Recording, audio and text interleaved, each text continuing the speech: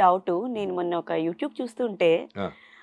అందులో మీరు ఒక క్రిస్టియానిటీ ఒక హల్లెలూయా అన్న ఒక వర్డ్‌ని నేను చూసాను. అవును. మీ మదర్ అంత పెద్ద బొట్టు పెట్టుకొని హ్మ్. వెంకటేశ్వర స్వామికి పూజ చేస్తూ హ్మ్. అంతా ఆవిడ ఎంత డివోషనల్‌గా ఆవిడ ఎంత పద్ధతి ఎంత మీకు ఎందుకని సడెన్‌గా ఇలా చేంజ్ అవ్వాలి అని అనిపించింది? అంటే ఐ మీన్ మీకు ఆ పరిస్థితులేంటి? మా అమ్మ బందర్‌లో క్రిస్టియన్ స్కూల్‌లో చదువుకునేది.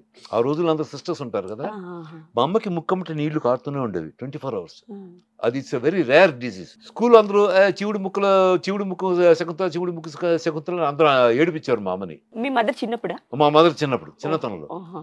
సో, తన పక్కన ఎవరు కూర్చునేవారు కాదు. అయ్యో! చివుడు ముక్కు శకుంతల మా పక్కన వద్దని పాపం మా అమ్మ సెపరేట్ టేబుల్‌లో కూర్చునేది.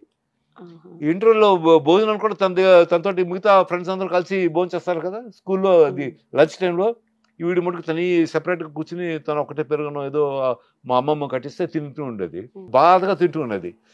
ఒకసారి ఆ స్కూల్‌లో సిస్టరు హ్మ్. మా అమ్మని చూసి, "ఏంట్రా Shakuntala why are you crying? ఎందుకిలా ఉండంటే?" "సిస్టర్ అందరూ నన్ను చివుడు ముక్కు శకుంతల నన్ను ఏడిపిస్తున్నారు. Everyone is teasing me. Hmm. నాకు ఏం అర్థం కావడం లేదంటే, ఒకటి చేయరారా" అని జేబులోంచి చిన్న బైబిల్ తీసింది. ఆ!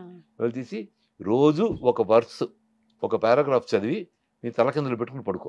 మా అమ్మ పుస్తకం తీసుకొని రోజు ఒక్కొక్క వర్స్ చదివి తలకిందులు పెట్టుకొని దిండు కింద పెట్టుకొని పడుకునేది. మూడో రోజుకి బిలీవ్ మీ అది ఆగిపోయింది. మా అమ్మ నిద్ర లేచి ఏంటి అనుకునేది ఏం రావడం లేదు. అద్దంలోకి వెళ్ళి చూసుకుంది.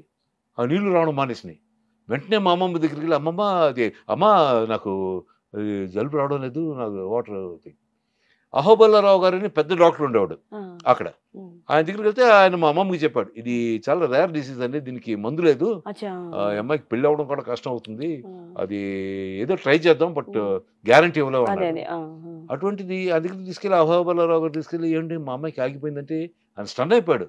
ఆ! "ఎలా ఆగింది? ఏమ్మా? ఏం మందు తీసుకుని ఏం తాగావంటే" "ఏం లేదండి ఇలా సిస్టర్ చెప్తే ఈ బైబిల్‌లో వర్స్ చదివి ఇలా" "అలాగా?"